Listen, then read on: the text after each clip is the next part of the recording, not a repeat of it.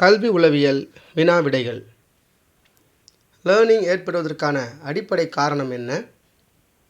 Experience மூலம் நடத்தை மாற்றம் ஏற்படுவது. ஐக்யூ நுண்ணறிவை முதலில் உருவாக்கியவர் யார்? ஆல்ஃப்ரெட் பீனே. மோட்டிவேஷன் இரண்டு வகைகள் என்ன? இன்ட்ரின்சிக் மோட்டிவேஷன் மற்றும் எக்ஸ்ட்ரின்சிக் மோட்டிவேஷன். குழந்தையின் வளர்ச்சியில் கிரிட்டிக்கல் பீரியட் என்றால் என்ன?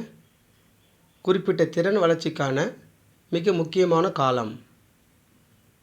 ட்ரையல் அண்ட் எரர் தியரி யாருடைய கொள்கை? எட்வர்ட் தார்ன்டைக். டிரான்ஸ்ஃபர் ஆஃப் லேர்னிங் எத்தனை வகைகள்? 2. பாசிட்டிவ் டிரான்ஸ்ஃபர் மற்றும் நெகட்டிவ் டிரான்ஸ்ஃபர். ப்ளூம்ஸ் டாக்சானமி எதனை வகைப்படுத்துகிறது?